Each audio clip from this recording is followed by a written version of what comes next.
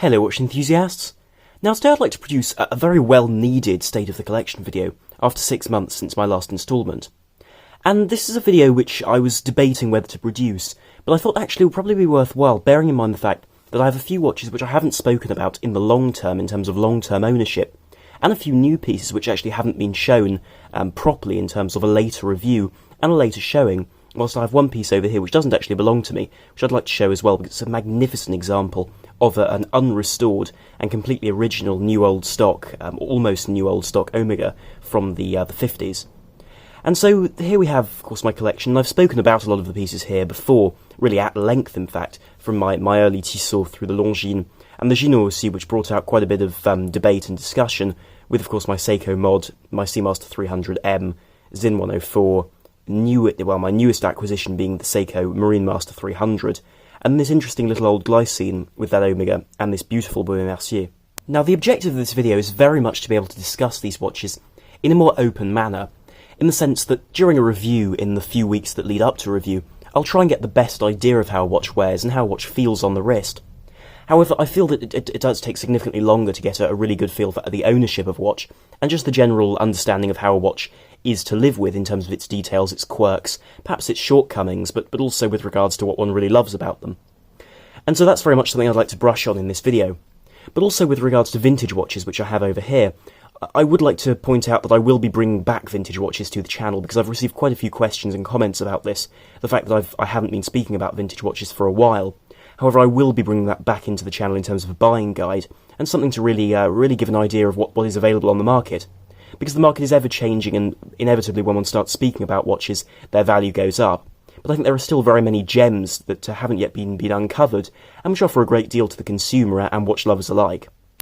Now the first watch I'd like to speak about is this Tissot, and I've spoken about this a great deal in the past, because it is a watch which brought me into the love of wristwatches.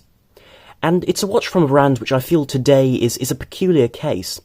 because Tissot these days is a brand which is split between its very attractive and very interesting models, such as their Ballade, their silicon balance spring model with a certain degree of anti-magnetism, and something which frankly one can't expect for the price it's offered for.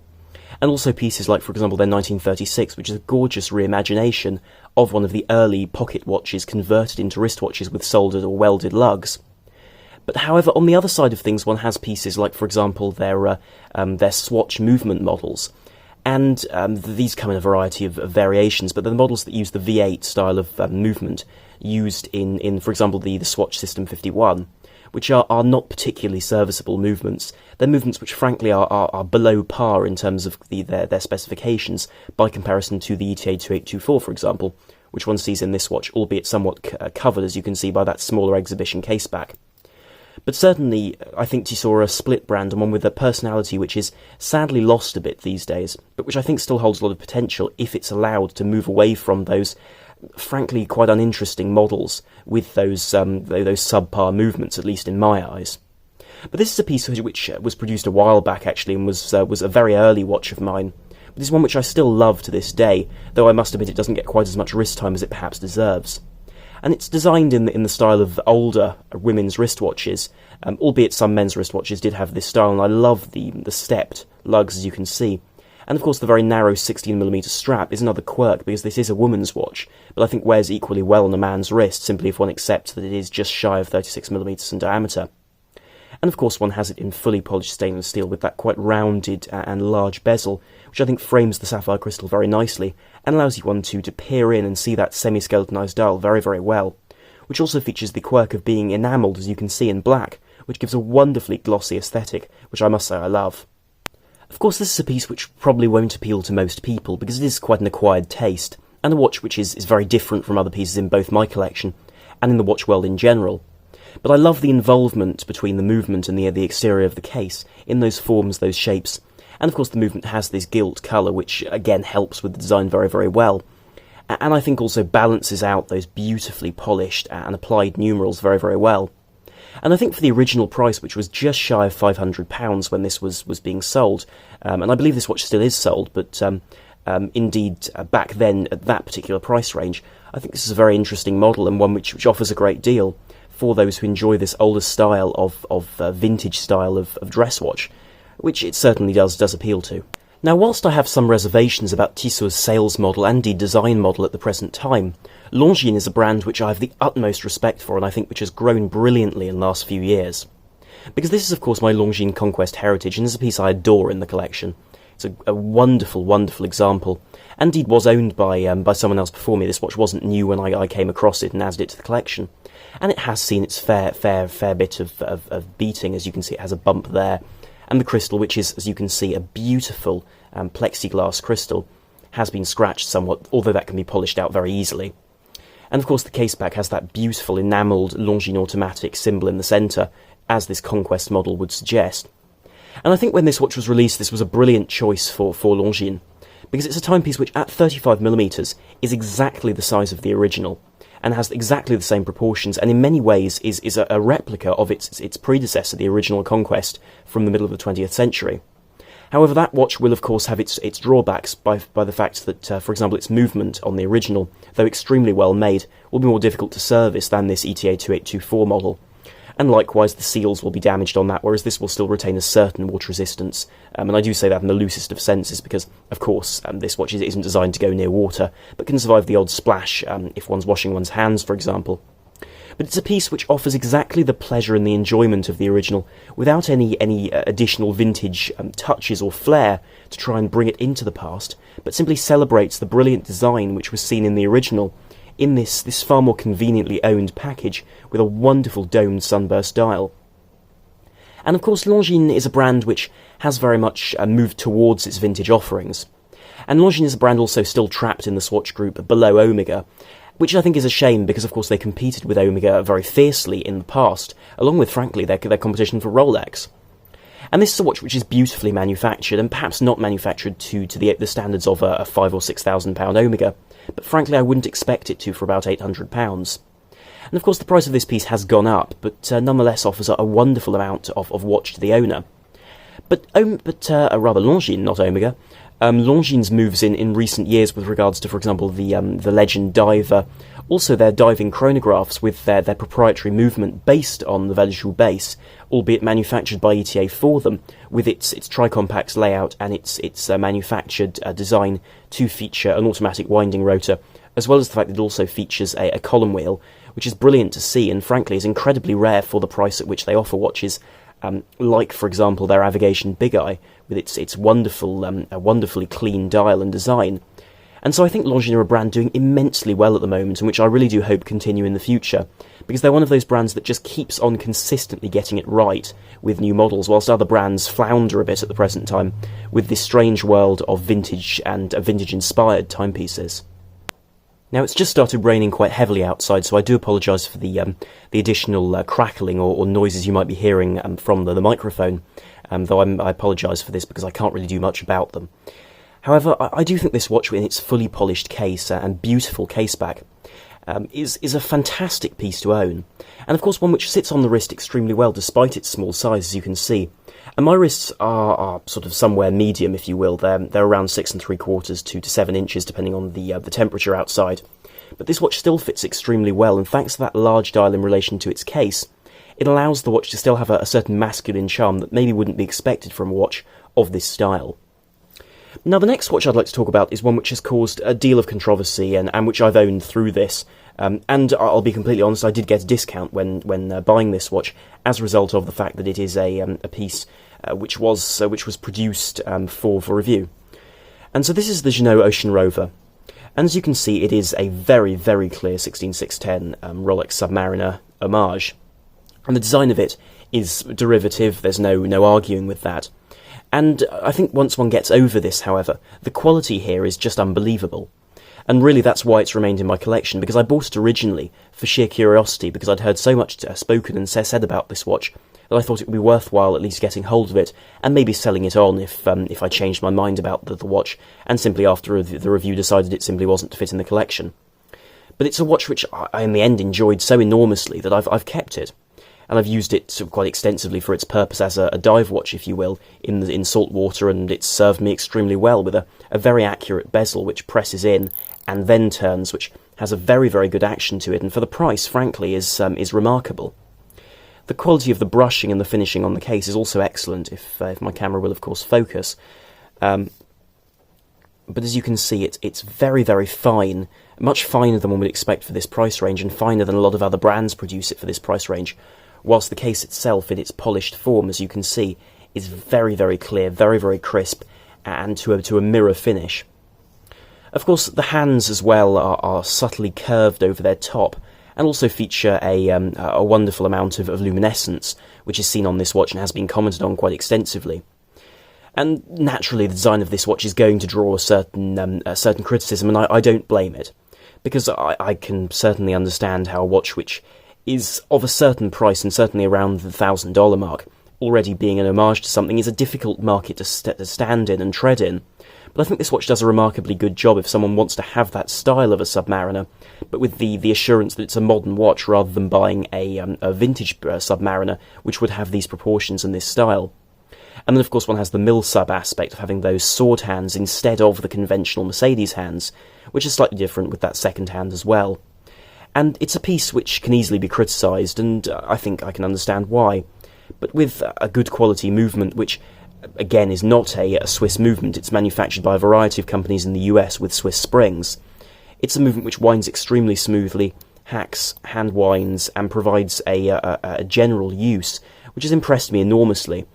And again, this is a purely subjective video in that regard, but we're offering its 300 metres of water resistance. I think this is a very well-made watch, which I think is given a great deal of flack and criticism, which I'm not sure it deserves, bearing in mind what I've been able to achieve with this watch in terms of the way it's been able to wear and run with me. I'm very impressed, especially with that beautiful box sapphire crystal, as you can see, which sits over the top and gives wonderful distortion to the dial, and an aesthetic which is unmistakably of this watch, which admittedly is different to a plexiglass crystal as I have on this glycine, but nonetheless gives a great look to this watch and something which simply isn't available from other manufacturers. And in the past I've compared this watch to models such as the Oris Diver 65, and I think I was perhaps unfair in the reviews of this watch, speaking about how much better value it is, because they offer very different offerings for different markets. But I think it's undeniably a watch which offers a great deal, from its ETA 2824 clone to its accuracy, and of course that enamel dial, which gives a great deal of reflection and quality for the price. What I find puzzling about this watch, though, is the fact that it's a piece which is produced to such high standards and such tight tolerances with regards to the bezel, which is very, very well attached and has one of the best actions I've come across at this price range, as well as the fact that it has this wonderful level of quality of brushing throughout, as well as those great polished flanks, as you can see, and an accuracy which has been extremely good, with an accuracy of about plus 3 seconds a day, which is exactly where I would expect this watch to be, and well within cost parameters. But it's applied to a watch which is an homage, so I'd be very, very curious to see if Jeanneau ever produced a watch of their own design, what the creation would be like. Because if it was produced to this quality, I must admit I can't see it be anything less than a great success in terms of a really beautifully made offering for those who enjoy high-quality watches, but don't mind them coming from a smaller manufacturer, which doesn't have quite the name or reputation of the previous Tissot or Longines, which I've spoken about. Now, the fourth watch I'd like to speak about is a piece which is very dear to me, but is a piece which I don't baby, I don't worry about, and I don't fret about wearing in perhaps testing circumstances for a watch of its build. And this is a model based on a Seiko 5, but which I had, I bought modified a while back as this 55 fathoms dial version. And I make no secret of the fact that I'm a great admirer of Jacques Cousteau, for example, the diver who worked in really from the 40s, 1943, when he co-produced and co-invented the Aqualung, which was, of course, an iconic piece, and really a lot of people say, well, you should buy a Doxa then to celebrate this. But this is a piece which celebrates one of my favourite watches seen, or at least used, by that period of divers, which was the original style of Blancpain 50 fathoms. And this piece, rated 55 fathoms, being just shy of 100 metres, is a nice nod to that, a piece which is inexpensive to own, inexpensive to repair, and just a pleasure to enjoy. Of course, it uses the fairly soft and curved case of that Seiko 5, which is, of course, actually very much in keeping with that particular style, albeit with the brush tops to the lugs, which I must admit I personally prefer. And of course, the bezel is also wonderfully vintage, with no loom, but in acrylic, as you can see, with a lower section to the dial with this gilt pattern to it, which is wonderful in its own right, and has a fairly loose 60-click action, as you can see. This is an action one can quickly use with one finger, as you can see, and which is not particularly accurate, doesn't line up particularly well, but causes me no concern on a daily basis, because this isn't a professional dive watch. It's a piece with an exhibition case back, as you can see, which has certainly suffered a bit of bumping, as you might be able to see from the sides of this watch, from the few marks that may well appear in the video that you may pick up on, with that actually very well designed and nicely beveled Hardlex crystal on the front.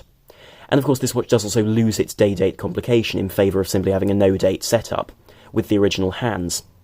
And the watch has been resealed, albeit the fact that it doesn't have a screw-down crown. I have been in the pool with this watch, and I've had no problems, as per Seiko's rating of 100 metres with this watch, which is exactly what I'd expect. I wouldn't use this watch for anything more than swimming in the pool or maybe by the beach. But it's a great watch to own and something which always puts a smile on my face, which at the end of the day is a really fantastic amount of praise for a watch of this simple form.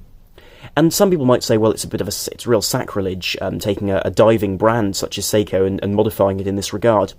And, well, as you can see, I agree with the wonders of Seiko, as I do also have that Marine Master 300, which I'll speak about later on in the video, on that brilliant strap as well, which I've got it on. But this is a piece which, on its waterproof leather strap, gives an enjoyment and a pleasure to me, which, frankly, a watch of a higher price may not give me, simply because this watch is a personal piece, a piece which I have no intention of selling in the future. I think, frankly, it's not worth it. Even if I did choose to depart with this watch, frankly, I'd give it to one of my friends if they particularly wanted it, or simply enjoy it from time to time. But it's a wonderful watch using the Seiko 7S26, which is 7S36, sorry, which is one of the more simple Seiko automatic calibers, as you can see, completely undecorated, running at 3 Hz rather than a higher beat 4 Hz, with no hacking or hand winding. Though of course it does, like all of these Seiko movements in this modern format, it does start up very quickly once you put it on its wrist, which is a real benefit and an interesting change over an ETA movement, which tends to take quite a bit of wear to actually get the movement started, and really won't keep time accurately until one has set the watch and wound it to the point where it's actually running correctly. And the watch, of course, is by no means an incredibly high-quality piece, but it's very well built, does exactly what it says on the tin, and at the end of the day, is a piece which I enjoy wearing, which is exactly what I've aimed to have out of this watch. And really, this is a curious piece, because we go now from the ridiculous to the sublime, because here we have the Omega Seamaster 300. And the Seamaster 300 has, as we all know, been replaced at Baselworld by the new 42mm version, which is a full refresh of the design from this original style, as you can see, because of course the original version of this watch had the wave dial, the painted logo, rather than having this applied logo, and a colour which was slightly brighter blue than this sort of midnight blue colour to it, which I must admit I love. This is my favourite reference of the Seamaster 300, which is why I haven't decided to replace it with the new 42mm version. And of course there are some real benefits to the new version, such as the new caliber, which is the 8800 line of calibers, which gives a very, very accurate movement, and in fact a lot of people have rated these movements as some of the most accurate modern calibers ever made, which is high praise, and I think a really brilliant place to see Omega move towards. And I think I gave the new Omega a hard time because I liked this reference so much.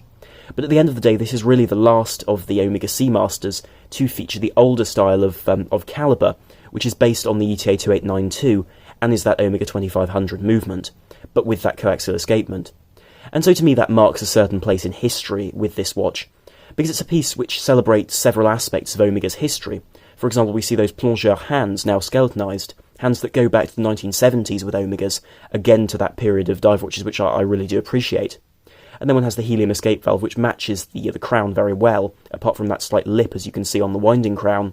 which again is a piece which I like and I prefer over the modern version, simply for the aesthetic value.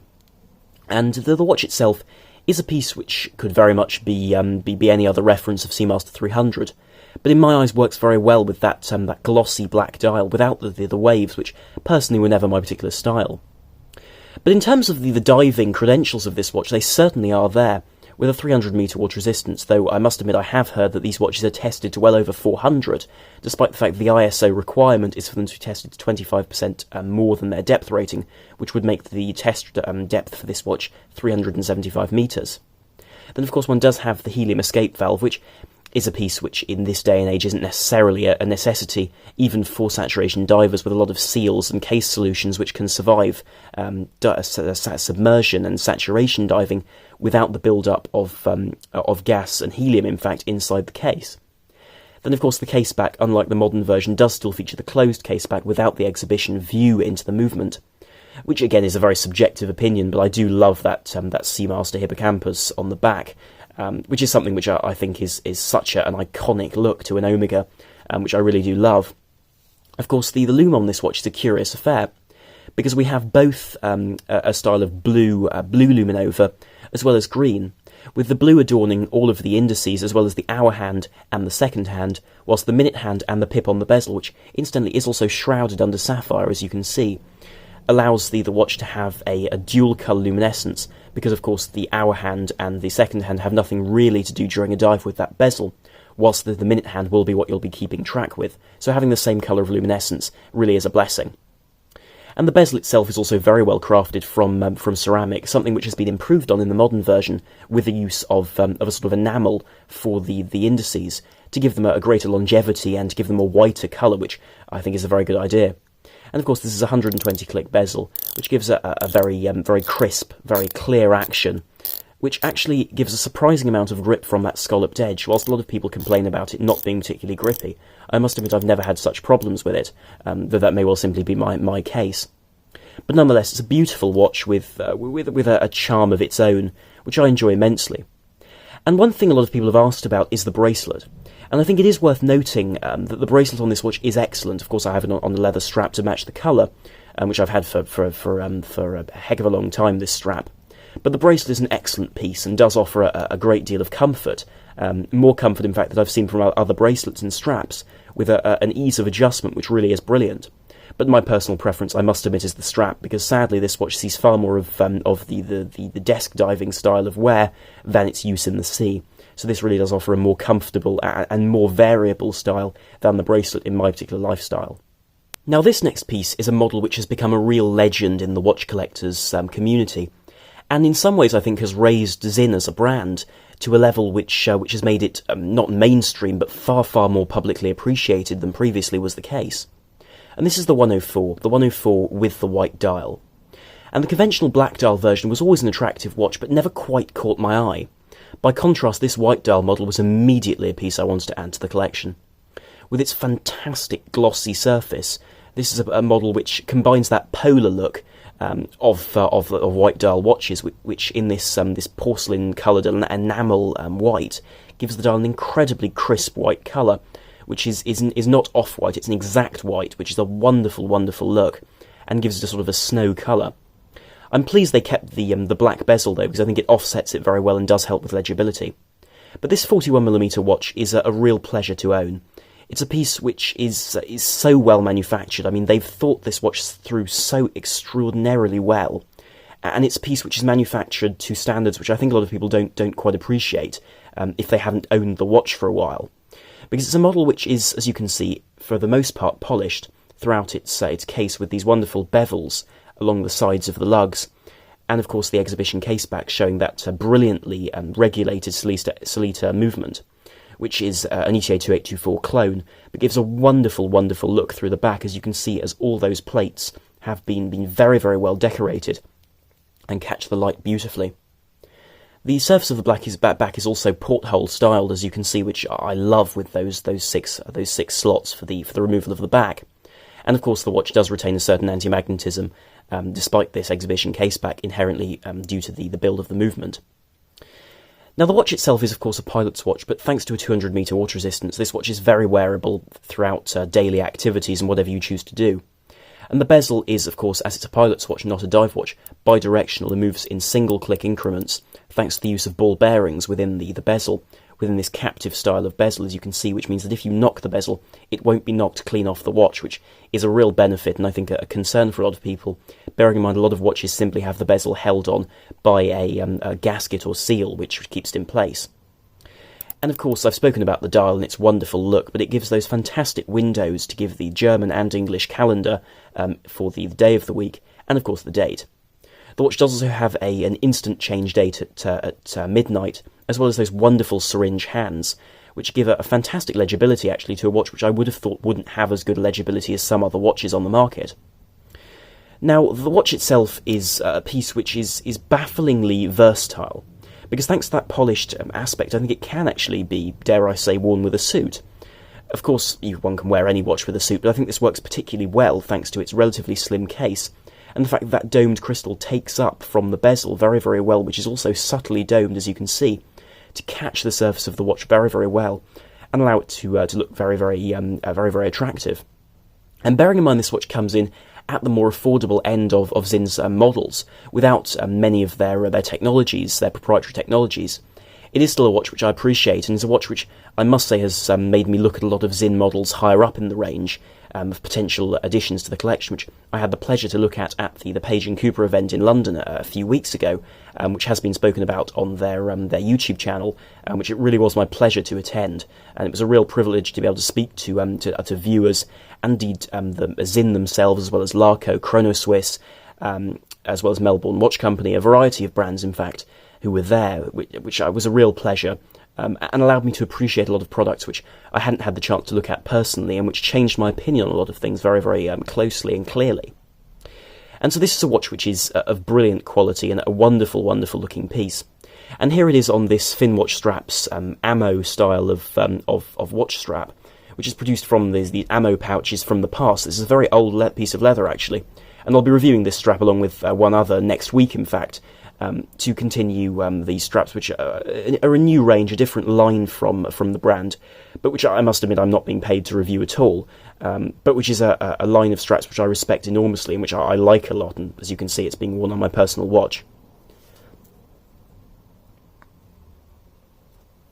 Now, the next watch is a piece which has become, I think, folklore and legend in the world of watch collecting, and is the last of the new watches in this collection in terms of modern pieces. And this piece really replaced my Tudor Heritage Ranger, which you'll notice is absent here,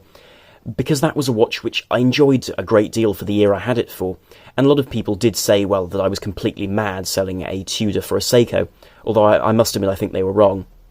This is a wonderful, wonderful looking piece, and is a piece which has changed the way I look at dive watches and what I expect from dive watches quite completely. Now, this watch is still a watch which I'm very much in the honeymoon stage of ownership, because of course with its 44mm case and glorious bevels, as you can see, the finish of this watch is absolutely fantastic. It's the best finished watch I've ever handled under £5,000 or £6,000. It's truly staggering the quality of polish they've managed to get out with the Soratsu finishing on the stainless steel case. And of course from the bevels along the edge, the drilled lugs, the fact that it has these small elements of brushed metal with this brilliant face, which is incredibly legible, and in fact it has the brightest lume I've ever seen on a watch. It's absolutely staggering what this watch can do in the dark. Because this is a piece which, despite not shining a torch on or simply wearing even under your cuff, will still be illuminated very, very brightly as soon as you walk into a dark room, which is really what you expect from Luminova, and makes this watch like a sort of a piece which almost behaves just as reliably as tritium, which is incredible, but of course with much, much greater brightness. Now, I've spoken about this watch at great length in the review of the watch, so I won't dwell on it too long and just lengthen this video unnecessarily. But it's a piece which, as you can see, I'm not wearing on the bracelet, because the original watch, the 6159 this piece is based on from 1968, is a piece which didn't come on a bracelet, and frankly I like this rubber strap a great deal, but I'll talk about that in a moment. Because in terms of comments on the watch itself, I found the 8L35 movement inside it extremely accurate, keeping within about 6 seconds a day, which I say extremely accurate. It doesn't keep quite as good time as some of my other watches, but bearing in mind the fact that the parameters and the fact this watch isn't regulated, means this watch actually is keeping very, very good time for what I would expect. And I'd far rather a watch was fast than slow, because it simply means that if you know it's 6 seconds fast a day, you can just pull the crown out, count to 6, and then put it back in with no real concern. Of course, the detailing on this watch is phenomenal. I've spoken about the case, but that bezel is just something which is never something one tires of, with a phenomenal action, as well as the fact that it simply offers such a gorgeous look to it with that lacquered surface. Of course, the resistance is added by that hard Lex coating over the pip, and the fact that one has elements such as the fact there's brushing along the very edge of that coin edge with polishing on the top.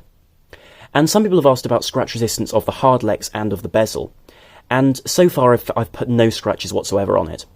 Now, I did have a bit of concern with the bezel, and so as a result I did follow the instructions of a variety of people, and I ended up using car wax on it. Now, the car wax works extremely well. It means that water beads off the surface of it, and it means that the bezel itself is protected from scratches, which is exactly what you would want. And so I must say I'd recommend it to anyone who buys one of these watches, because it creates a scratch-resistant and water-repellent surface, which protects that bezel, which these days can cost up to £300 because of just how rare these bezels are to be able to get hold of outside the Seiko group and open to the public to simply buy, which is the way one would want to replace this.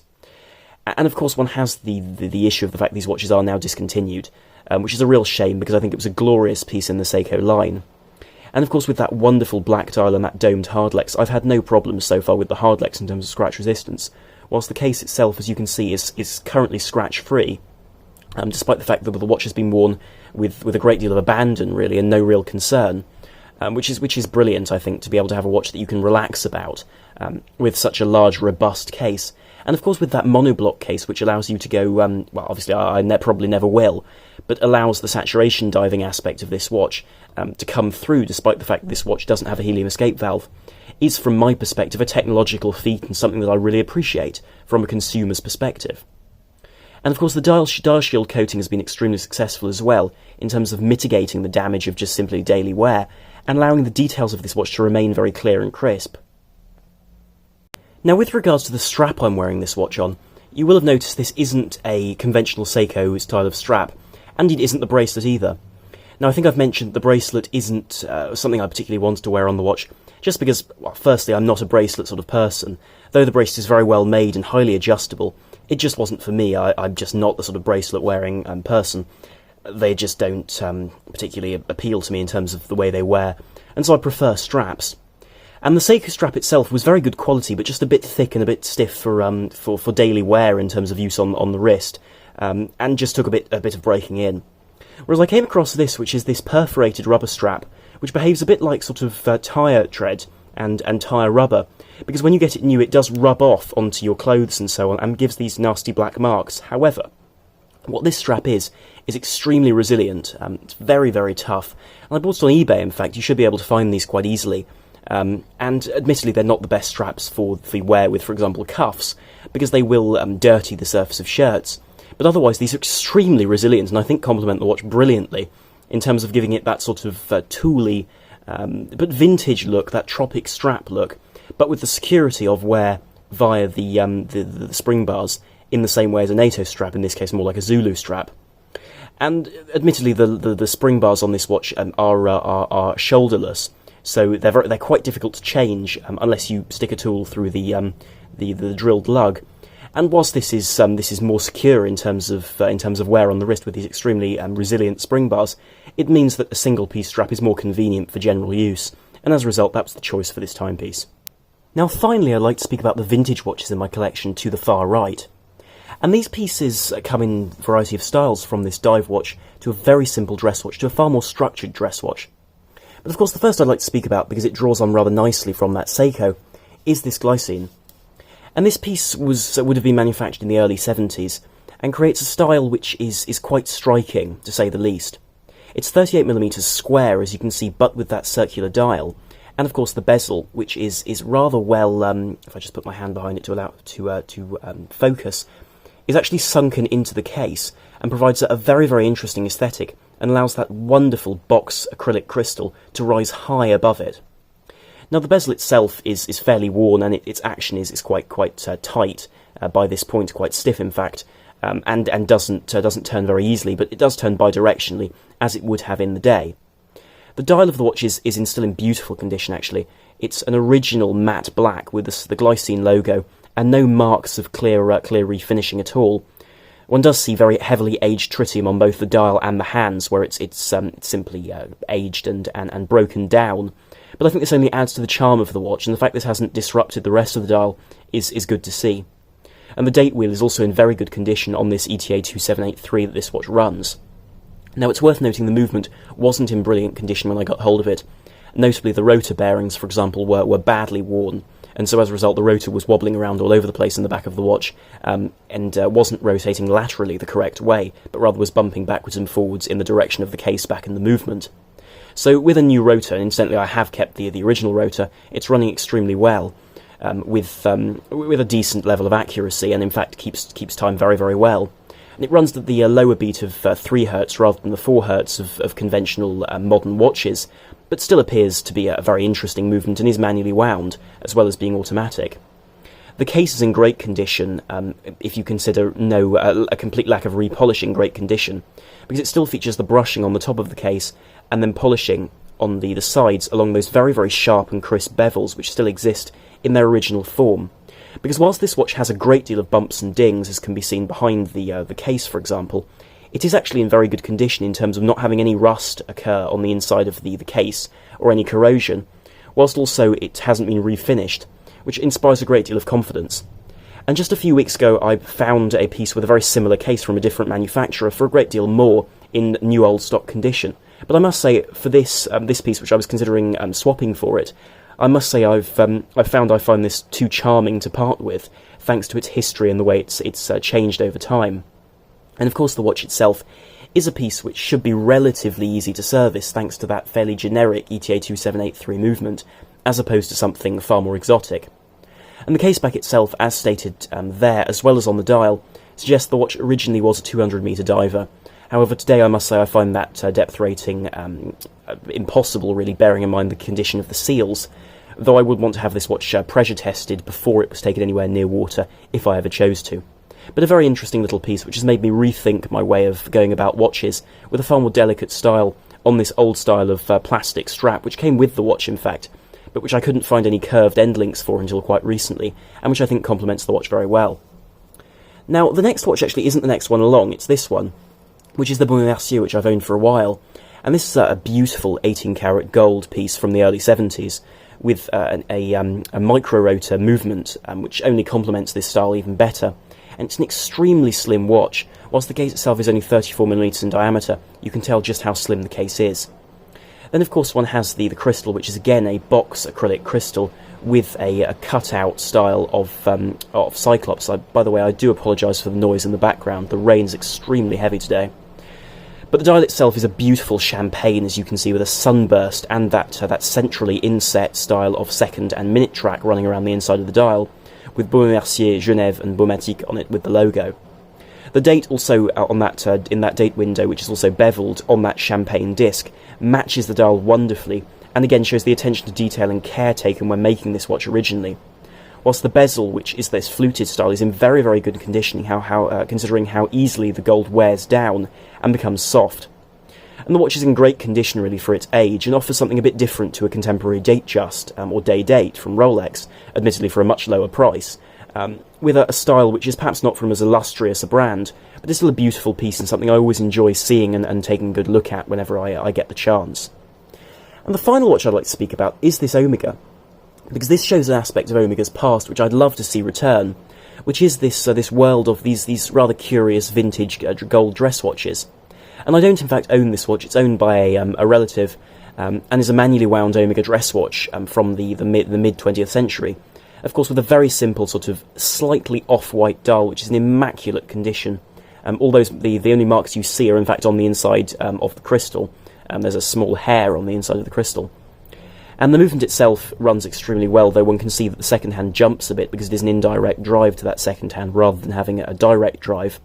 And this is something which one sees on some Miyota calibers, some of the lower end Miyota calibers, and there's nothing really to worry about at the moment, having had this watch serviced fairly recently. But it's in beautiful new old stock condition with the old Omega sign dial, which has a fantastic charm by comparison to modern Omega signing, and is something completely different. Even the crown for a manually wound watch is in incredibly good condition, with the same signed Omega logo and the very sharp edges, which haven't worn down over time. Curiously, the case itself, in fact, is attached to the back of the watch and the lugs, so to open the watch, the front of the watch comes off rather than the back, which is curiously similar to that Seiko Marine Master, albeit for very, very different reasons. And just to top this beautiful manually wound watch off is that glorious domed acrylic crystal, which just adds a softness to the light that hits the dial, and makes this watch all the more approachable and a really beautiful piece to see in this collection. And so whilst this video has turned out a fair bit longer than I'd expected, I hope it's been interesting and informative with regards to these watches and the way I wear them on a daily basis, which is a bit different to the way I would talk about them in a review, and to give a more personal opinion of these watches and the way they are to actually own. And if you do have any questions, then don't hesitate to ask me in the questions down below, and the comments down below rather. And if you did enjoy the video, then please do like, share and subscribe to help the channel, and also to simply be able to enjoy more content here in future. So thank you very much for watching. This is Arm the Watch Guy, out.